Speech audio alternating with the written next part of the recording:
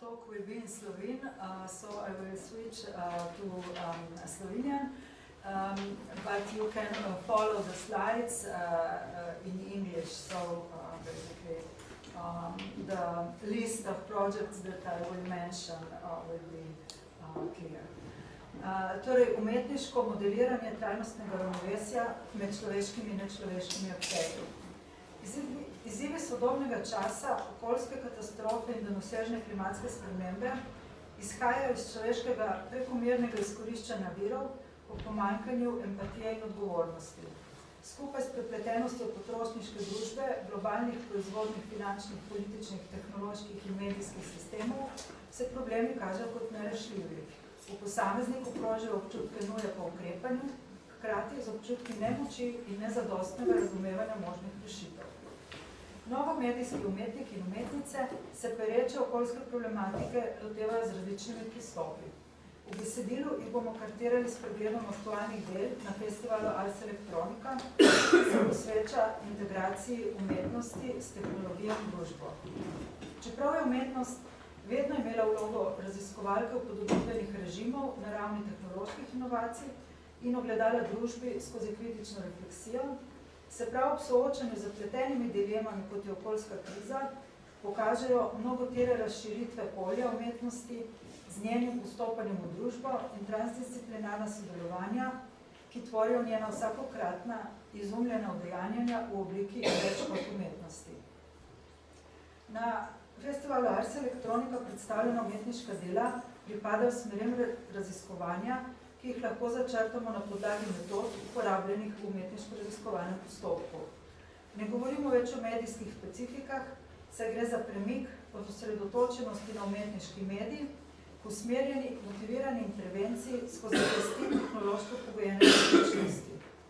Umetnice pri tem uporabljajo metode ustvarjalnega in oblikovalskega mišljenja, spekulativne metode za modeliranje delovanja sistemov in izmišljanje alternativnih utopičnih prihodnosti, potujoče metafore in transdisciplinarno raziskovanje, ki povezuje raznorodne koncepte, konstrukcionistično iskanje rešitev, ki zadostijo posameznim uporabam, ozaveščanje občinstva skozi dokumentarni pristop in pripovedovanje zgodb kot v raziskovalnem novinarstvu, zajemanje obdelavo in vizualizacijo podatkov, generativne modele umetne inteligence kot ustvarjalne sopotnike in strojno zmogljive sodelavce, raziskave in predelave novih materialov v krožnem procesu ponovne uporabe, pametnih funkcionalnosti in biorazgradljivosti, participatorne projekte za skupnostno učenje in izumljanje novih življenjskih slogov, performativne eksperimente in ambijente za razvijanje empatije, medvrstno povezovanje in sobivanje, aktivizem za zaostritev boja. Seznam metod ni sistematičen in s tem tudi ne zaključen, pač pa odprt za nova umetniška izumljanja. Posebna pozornost je posvečena razumevanju tehnologije, saj nastopa tako vlogi problema kot rešitve, ki poraja nove probleme, na ravni družbenih odnosov in spreminjanja okolja. Gre za premik skozi nova znanstveno-tehnološka odkritja, ki pušča za seboj ruševine starega sveta. Umetniška dela so ponujena kot funkcionalni modeli za sobivanje človeških in nečloveških agentov. Rešitve pa je mogoče iskati v vzpostavljanju ravnovesja med človeškimi, kolektivnimi, tehnološkimi, sistemskimi in naravnimi agenti. Sodobni izzivi na presečišču tehnologije in družbe so na festivalu Ars Electronica obravnavani na treh platformah. In tukaj vidimo ekosistem Ars Electronice z vsemi njenimi deli. Jaz bom pa zdaj te tri platforme festivalske izpostavila. Skozi optiko umetnosti na razstavnih prizoriščih, to je prva, skozi refleksijo na simpozijih in skozi sejemski prikaz implementiranih rešitev v okviru evropskih, afroevropskih, globalnih in lokalnih projektov, ki segajo od izobraževalnega procesa do industrijskih, infrastrukturnih in zakonodajnih rešitev. Trojni povezani pristop je učinkovit. Vizija prevaja v širše razumevanje in praktično uporabo, s tem umetnost integrira v družbo in z njeno pomočjo spreminja realnost. Prenovljeni Ars Electronica Center, gre za stalno postavitev, ima izrazito didaktični značaj. Obiskovalci se ne čudijo več interaktivnim instalacijam kot v preteklosti, pač pa so ciljno informirani o tem, kako delujejo sodobne informacijske tehnologije, naprimer računalniški vid, strojno učenje in nevronske mreže v ozadju modelov umetne inteligence, o tem, kako se do prepričljivih dejstev lahko dokopljamo skozi obdelavo in vizualizacijo podatkov, ki so osnova za narativizacijo ter razumevanje dogajanja. Naprimer, v projektu Anatomija umetne inteligence Vladana Jolerja in Kate Crawford, ki v obliki informacijske grafike predstavi številne komponente v ozadju spletnega osebnega asistenta Amazon Echo, vse do kapitalskega sistema delovne sile in rudnin, ki jih zajema. O izdelavi novih pametnih in trajnostnih materialov, o možnostih bioničnih protez, robotike in neuroznanosti.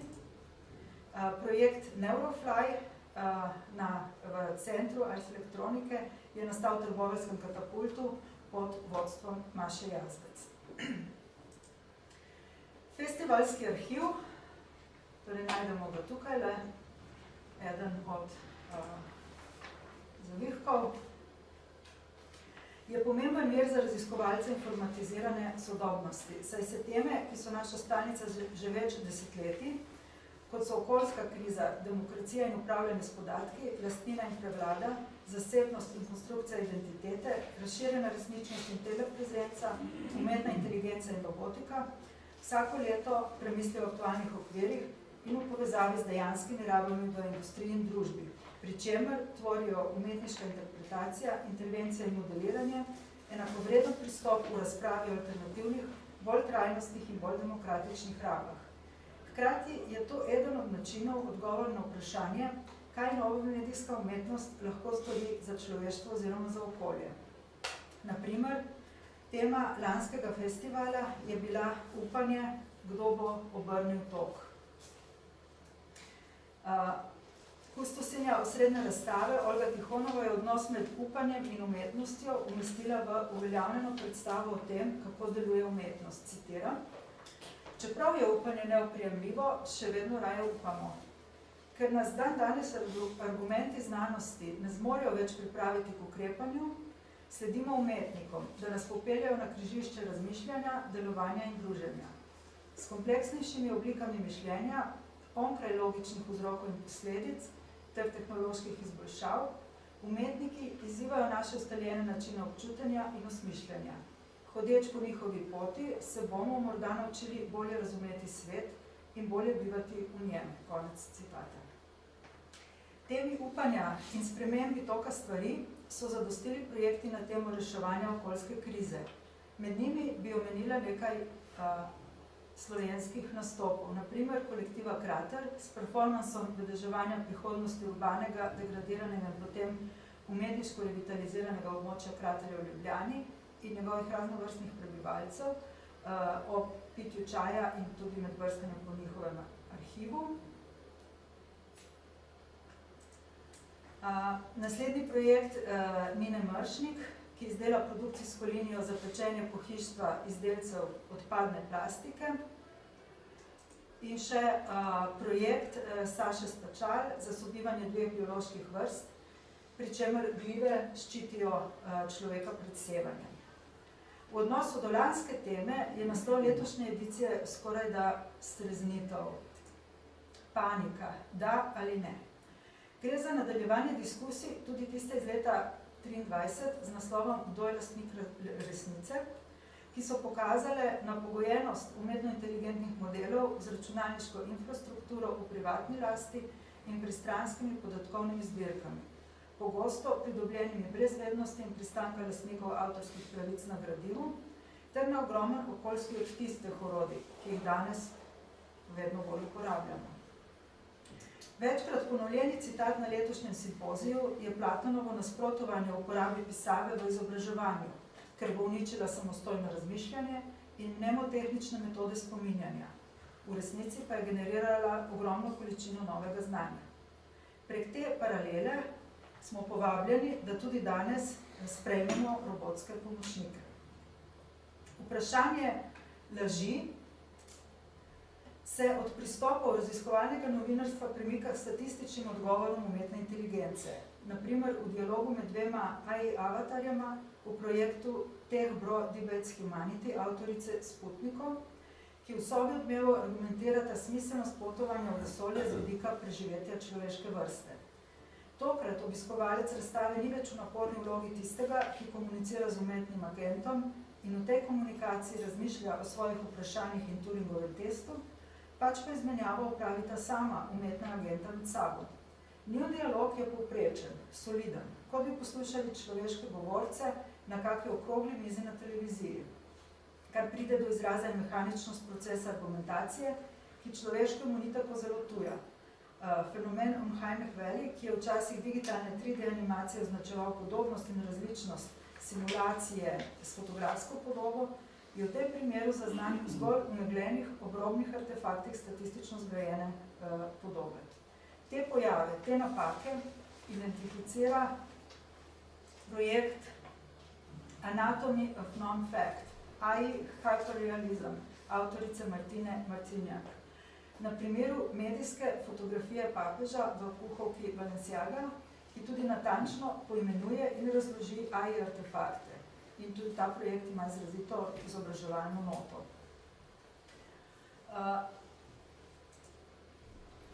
Drug primer je spekulacija Dystopia Land, ki predstavlja vladajoči kozji kult za generiranim reklamnim videom. Če smo pred 2 letoma še opazovali, kakšne like in gibe lahko ustvari umetna inteligenca in kako jih uporabimo v postopku avtorske animacije, ter tudi ocenjevali njihovo ustreznost glede na avtorsko vizijo, to letos ni več v ospredju, pač pa so preprosto privzeti kot danost in sodobna estetika videa, umetno inteligentno ustvarjeni slabi, neceloviti, nerealistični izdelki, s katerimi se v hitrih montažah sporoči neka vsebina oziroma pove neka zgodba. Druga skrajnost, hkrati prisotna, pa so meditativni prelivi med hiperestetiziranimi AI ustvarjenimi fantastičnimi podobami, ki na primer v projektu Hi, I'm Flynn vizualizirajo razmisleke prvega AI študenta, upisanega na Dunajsko akademijo umetnosti. Pri spekulacijah bližnje prihodnosti je pogosta uporaba satire. Naprimer, Consume Our Consumption ponuja tabletko plascetamol, narejeno iz črevesnih bakterij črvov, ki jejo plastiko. Po zaužitju te tablete pa lahko tudi ljudje postanejo del reševanja onesnaževanja z odpadno plastiko. Ali pa projekt Hydrogan, s tem, da GAN je napisano z velikimi črkami, kot GAN, Generative, skratka, nevronske mreže, pojmovanje ene vrste nevronskih mrež, ki oglašuje AI generirano vodo. Ta zna dekodirati uporabnikove biološke ritme in filtrirati njegovo uporabo v socialnih omrežjih. Torej, satirični spekulativni projekti. Arhiv Ars Elektronike omogoča sledenje izbranim motivom od zgodnjih edicij do danes. Različne projekte upravljanja z naravo tako zasledimo že od postavitve Telegarden, Televrt, iz leta 1995, kjer uporabniki prek spleta nadaljavo zalivajo rastline in ustvarjajo spletno skupnost. Podobno zgodnje so teme rasti organizmov v odnosu do virov svetlobe in uporabnikovih gest v interaktivni in generativni umetnosti, kot je na primer projekt Fototropija Kriste Zomerer in Lorona Mignonoja. V ta niz se postavlja projekt Zelene stene z akvarijem, Stella Verde, ki je nastal na Inštitutu Jožef Štefan z sodelavci, Gregor Krkič, Simon Majner, Jan Babič, Marko Janšek, Gal Sajko. Gre za prototip preciznega vrta kot možni scenarij za trajnostno pridelavo hrane, senzorji in robotom, ki avtonomno pleza od rastline do rastline, ter za vsako poskrbi skladno s podatki o njenem stanju. Človek je v tem primeru izvzet iz skrbi. Sotobosko, Alberta Anhausa, skratka tudi ta projekt je bil na Ars Elektroniki, Sotobosko ustvari postnaravno hibridno okolje podrasti, po kateri se gibljajo mikrorobotski insekti in postavljajo vprašanje ravnovesja naravno-tehnološkega sistema. No, to je bila ena taka linija projektov, ki so recimo nadaljevali nek razmislek in se v njih kaže, kako se do te teme spreminja pristop. Motiv psa je nosilec empatije do nečloveških vrst, živalskih in robotskih. Topologija K9 Maje Smrekar človeka in psa poveže na ravni evolucije, telesnosti in bioetike. V projektu Brute Force, Soft Resilience, pa na osnovi molekulske strukture serotonina zgradi mrežo, po kateri si gibljata dva performerja, človek in pes. Senzori merijo njun utrip srca, temperaturo, perspiracijo. Ti podatki so v nadaljevanju uporabljeni v nevronski mreži za izdelavo modela naslednjega mrežnega ambienta, za izdelavo morfologije robotov in njihovega gibanja. Dalje, plesni performance Spot Shot Boys,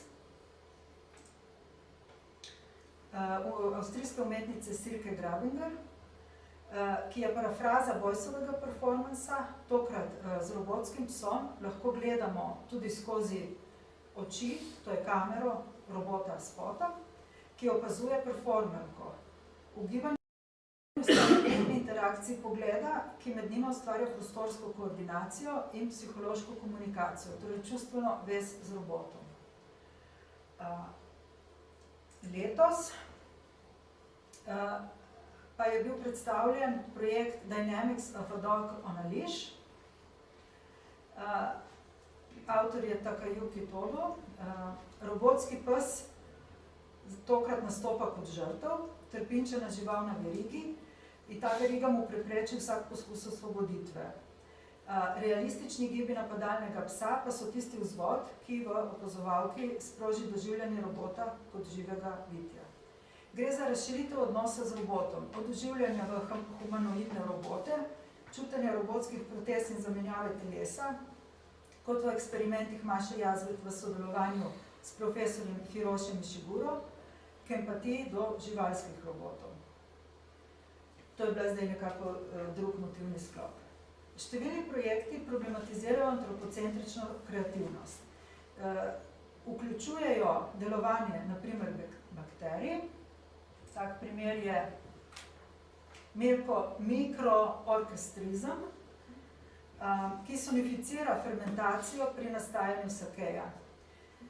Drugi primeri so še razno sonificiranje vodnih tokov in drugih naravnih procesov, ki generirajo zvok v soustvarjenih glasbenih kompozicijah in ambientih, torej skupaj s človekom, naravni procesi in tehnologija kot vmesnik.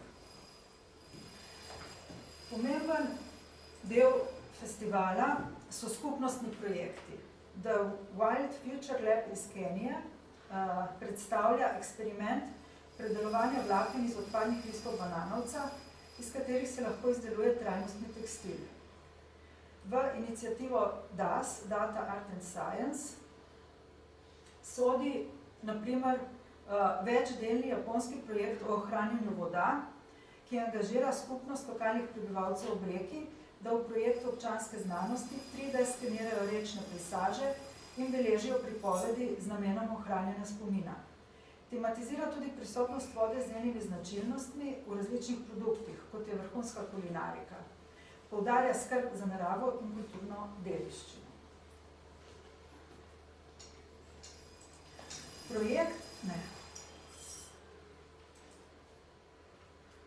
Projekt Hornozem ukrajinskim kmetom ponudi dostopno orodje, ki je sestavljeno iz gnojila s kurkumo, UV luči in drona s kamero, in s tem orodjem lahko prepoznavajo s težkimi kovinami onesnaženo pridelovalno zemljo. Se pravi, gre za eno od metod vojne, torej ekocid kot poseben vojni zločin.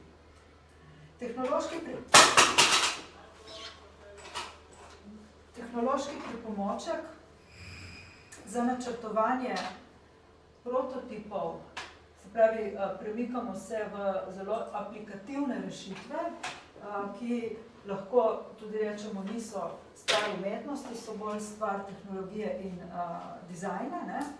Ali pa zgolj tehnologija, v dizajn je nujno vključen.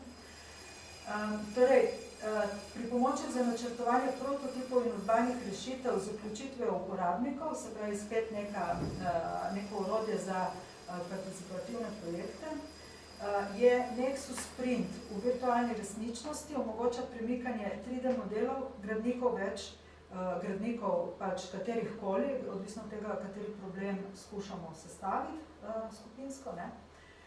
In uporablja ga lahko več uporabnikov hkrati.